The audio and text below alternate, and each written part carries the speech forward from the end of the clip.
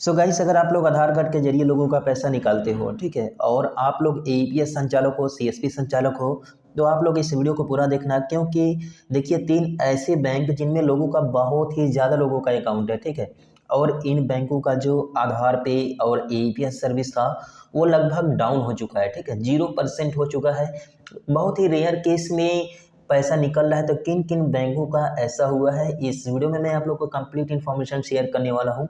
तो है गाइस, स्वागत है आप सभी का एक और शानदार वीडियो में। तो चलिए आज का वीडियो शुरू करते हैं। देखिए, फर्स्ट ऑफ ऑल बात कर लेते हैं कि जो नंबर 1 पर है वो है गाइस झारखंड ग्रामीण बैंक, ठीक है।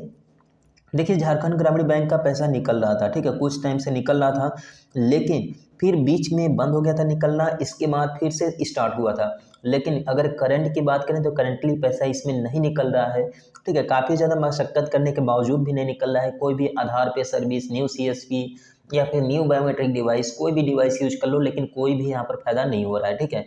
तो ऐसे में देखो ये काम नहीं कर रहा है फिलहाल, ठीक है। और दूसरे बैंक की बात करें ना यार, तो दूसरे बैंक का नंबर आ जाता है, देखो सेंट्रल बैंक ऑफ इंडिया का।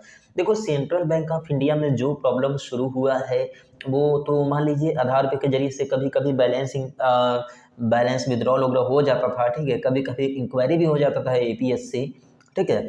लेकिन इस समय गाइस 100 में से 100% इनवैलिड ट्रांजेक्शन का इशू आ रहा है, ठीक है।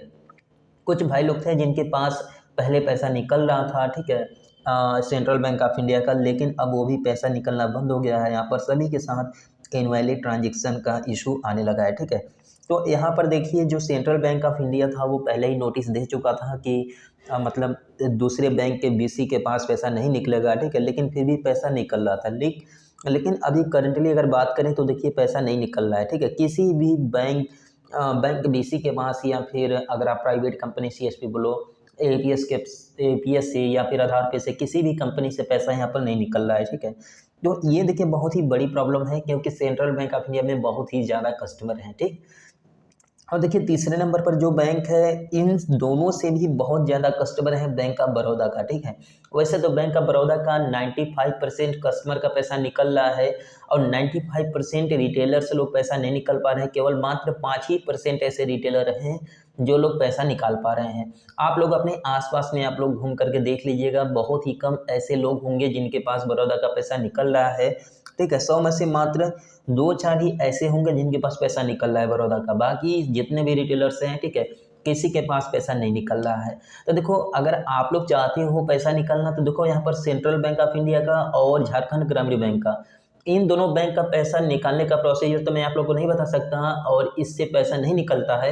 लेकिन अगर बैंक ऑफ बड़ौदा का पैसा निकालते हो, दरवाजे पर आई हुई आमदनी को एक्सेप्ट करना चाहते हो, तो आप लोग इस वीडियो को पूरा देखना। और जो मैंने आप लोग को तरीका बताया है ऑलरेडी वीडियो में, या फिर जो मैं अभी बता रहा हूँ आप लोग को, उसे थोड़ा गौर से सुनना, और इसे अगर आप फॉलो करते हो तो 100% आप लोग का पैसा निकलेगा, कैश विड्रॉल होगा, ठीक है। तो यहाँ पर जो मैंने आप लोग को ऑलरेडी मैंने जो तरीका बताया है जिससे कि पैसा निकाल सकते हो, ठीक है, और नई डिवाइस का यूज करके, नई सीएसपी का यूज करके, और आप लोग को लॉगिन भी ऐसे डिवाइस में, ऐसे मतलब सिस्टम में, स्मार्टफोन में लॉगिन करना है नई सीएसपी को, जिससे कभी भी किसी भी तरह का कोई भी सीएसपी लॉगिन ना किया गया हो, ठीक। और नई डिवाइस की बात करें तो आप लोग नया डिवाइस मंत्रा ले सकते हो, जिससे आप लोग का इजीली पैसा निकलेगा, ठीक है।